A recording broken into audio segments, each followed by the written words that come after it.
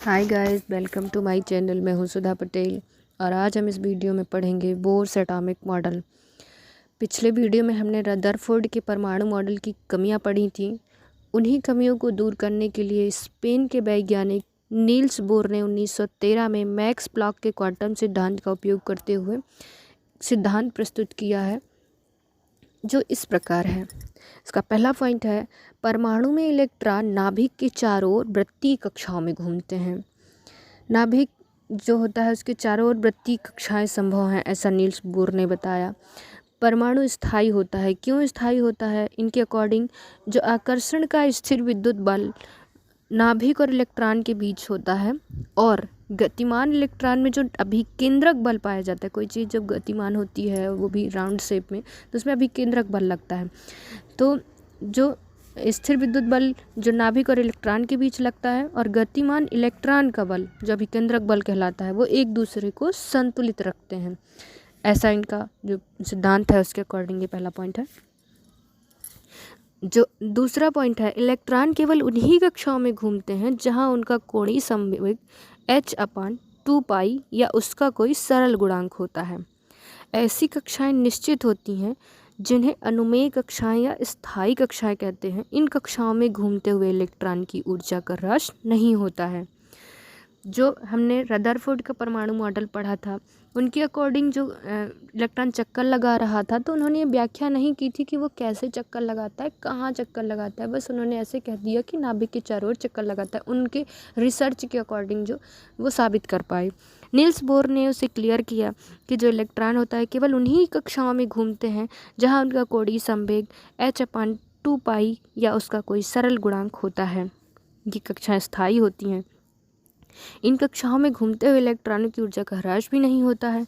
इस आधार पर पहली कक्षा में कोणीय संवेग h/2, दूसरी में 2 × h/2 और nवीं कक्षा में n/2 होगा।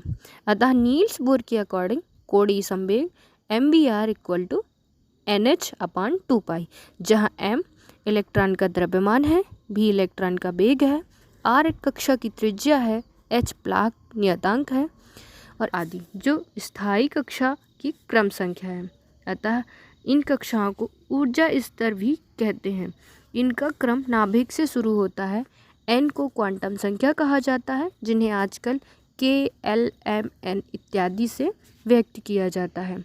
नेक्स्ट पॉइंट है, इलेक्ट्रॉन एक स्थायी कक्षा से दूसरी स्थायी कक्षा में जाने पर ही ऊर्जा का उत्सर्जन या अवशोषण करता है। जो इलेक्ट्रॉन होता है वो ऊर्जा का उत्सर्जन या अवशोषण तभी करेगा जब वो किसी एक कक्षा से दूसरी कक्षा में जाएगा। तो इसका नियम क्या होता है? ऊर्जा उत्सर्जन करने पर इलेक्ट्रॉन निम्न ऊर्जा स्तर में तथा ऊर्जा अवशोषण करने पर इलेक्ट्रॉन ऊर्जा स्तर में कूदकर चला जाता है। मतलब यदि इलेक्ट्रॉन ने ऊर्जा छोड़ दी है तो वो कमज़ोर हो जाएगा और वो नीची कक्षा में चला जाएगा।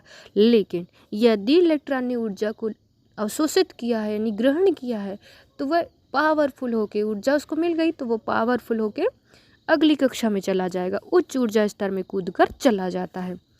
नेक्स्ट है, ऊर्जा का उत्सर्जन या अवशोषण ऊर्जा के पूर्ण क्वांटम या क्वांटा गुणांक hν, 2hν, 3hν इत्यादि में ही होता है। यदि संबद्ध कक्षाओं की ऊर्जा क्रमशः E1 और E2 हो तो बोर आवृत्ति सूत्र या बोर ऊर्जा सूत्र इस प्रकार होगा: E1 - E2 ΔE = hν, new ΔE/h प्रति सेकंड। जहाँ विकिरण की आवृत्ति न्यू है, इलेक्ट्रॉन द्वारा उत्सर्जित या अवशोषित ऊर्जा होती है। जो न्यू है वो विकिरण की आवृत्ति होती है, जो इलेक्ट्रॉन द्वारा उत्सर्जित या अवशोषित ऊर्जा होती है। नेक्स्ट है, परमाणु स्पेक्ट्रा में प्राप्त रेखा इलेक्ट्रॉन के उच्च ऊर्जा स्तर से निम्न ऊर्जा स्तर में कूदकर आने से प्राप्त होती है। हमने पढ़ा था ना रदरफोर्ड के परमाणु मॉडल की कमियों में कि रदरफोर्ड का जो परमाणु मॉडल था वो स्पेक्ट्रम, जो विविक्त स्पेक्ट्रम प्राप्त होता है, वो सही से व्याख्या नहीं कर पाए थे। उसकी व्याख्या इन्होंने बोर ने की कि कैसे विविक्त स्पेक्ट्रम प्राप्त होता है। परमाणु स्पेक्ट्रम में जो प्राप्त रेखा होती है वो उच्च इलेक्ट्रॉन के उच्च ऊर्जा स्तर से निम्न ऊर्जा स्तर में कूद कर आने से प्राप्त होती है।